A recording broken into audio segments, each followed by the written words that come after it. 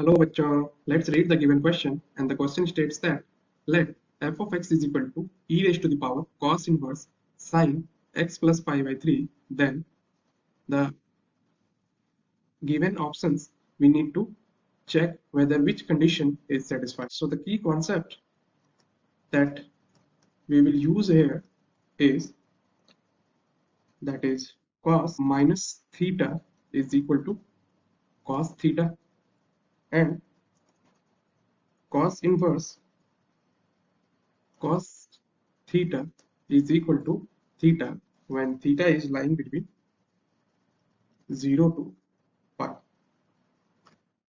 तो यहाँ पे हम लोग इन्हीं कॉन्सेप्ट का यूज करके इस क्वेश्चन को सॉल्व करेंगे. सो जो हमें फंक्शन गिवन है that is f x is equal to e raise to the power cos inverse sine x plus pi by 3.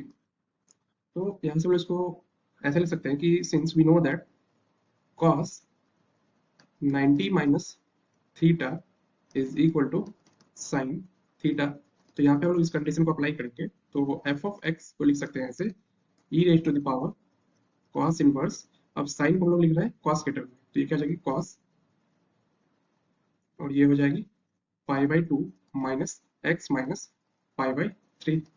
तो यहाँ से हम लोग लिख सकते हैं f of x is equal to e raise to the power cos inverse cos. अब यहाँ पे इसको हम लोग सॉल्व कर ले तो ये क्या हो जाएगी पाई बाई 6 माइनस एक्स. ये कंडीशन आ गई. अब हमें वन बाई वन एक्स की डिफरेंट वैल्यू के लिए ये कंडीशन चेक करनी है. सो सबसे पहले हम लोग लेते हैं एफ ऑफ 8 पाई बाई 9. तो ये क्या हो जाएगी e raise to the power cos inverse cos. अब यहाँ पे एक्स की जगह पे हम लोग 8 पाई बाई 9 पुट कर देते हैं तो ये हो जाएगी pi by 6 minus 8 pi by 9. Then we can write e raise to the power cos inverse cos. अब यहाँ पे हम लोग इसको सॉल्व करें तो ये क्या हो जाएगी 6 एंड 9, तो इसकी एलसीएम हो जाएगी 8, तो ये हो जाएगी 3 pi and then minus 16 pi. तो इसको आगे लिख सकते हैं e raise to the power cos inverse of cos. अब ये जो इसको सॉल्व करेंगे क्या चाहिए माइनस 13 पाई बाई 18. अभी हमने देखा था कि कॉन्सेप्ट में that is cos minus theta जो होती है दैट इज कॉस थीटा. तो यहाँ से हम लोग इसको लिख सकते हैं e raise to the power cos inverse cos 13 pi by 18. तो 13 पाई बाई 18 जो है वो 0 से पाई के बीच में लाई करती है, तो डायरेक्ट लिख सकते हैं इसको लोग cos इनवर्स cos थीटा बराबर थीटा. तो ये हो जाएगी e raise to the power 13 pi by 18. तो f ऑफ 8 पाई बाई 9 जो होगी that will be equal to e to the power 13 pi by 18. एक ये हो गई. सेकंड जो हमें कंडीशन चेक करनी है 7 पाई बाई 4 पे. So now f of 7 pi by 4 will be equal to e raised to the power cos inverse cos. Again ये क्या है पाई बाई 6 माइनस, अब यहाँ पे x की वैल्यू पुट कर देते हैं 7 pi by 4. So e raised to the power cos inverse cos. अब यहाँ पे एलसीएम लेंगे 6 एंड 4 की तो ये हो जाएगी 12, ये हो जाएगी 2 पाई एंड देन माइनस 21 पाई.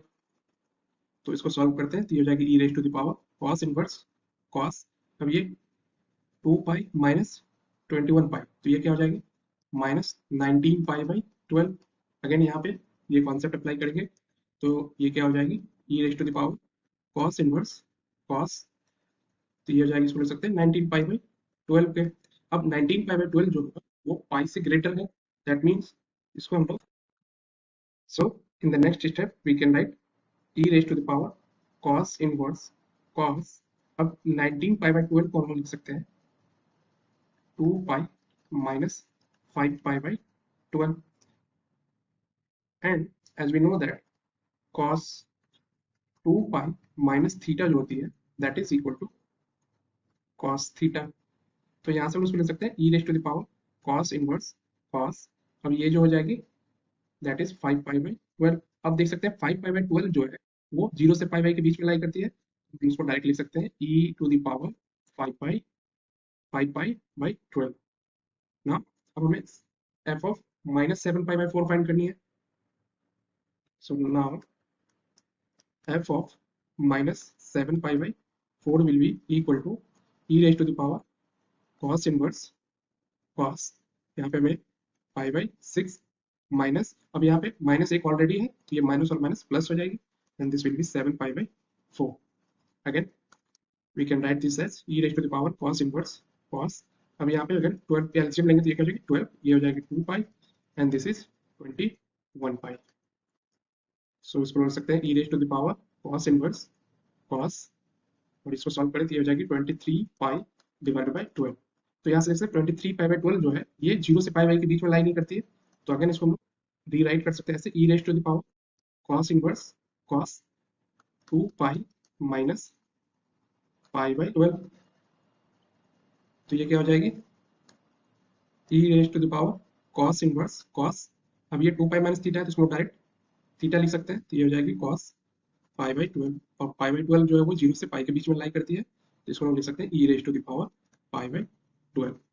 तो हम लोग यहाँ से फाइनली लिख सकते हैं कि एफ ऑफ 8 पाई बाई 9 जो थी that is equal to e raise to the power 13 pi by 18 है, and f of 7 pi by 4 जो है this is equal to e raise to the power 5 pi by 12 है, and f of minus 7 pi by 4 जो है that is equal to e raise to the power pi by 2. तो जो हमें यहाँ पे ऑप्शंस में कंडीशन सेटिस्फाई हो रही है that is of f of 8 pi by 9 जो है this is equal to e raise to the power 13 pi by 18.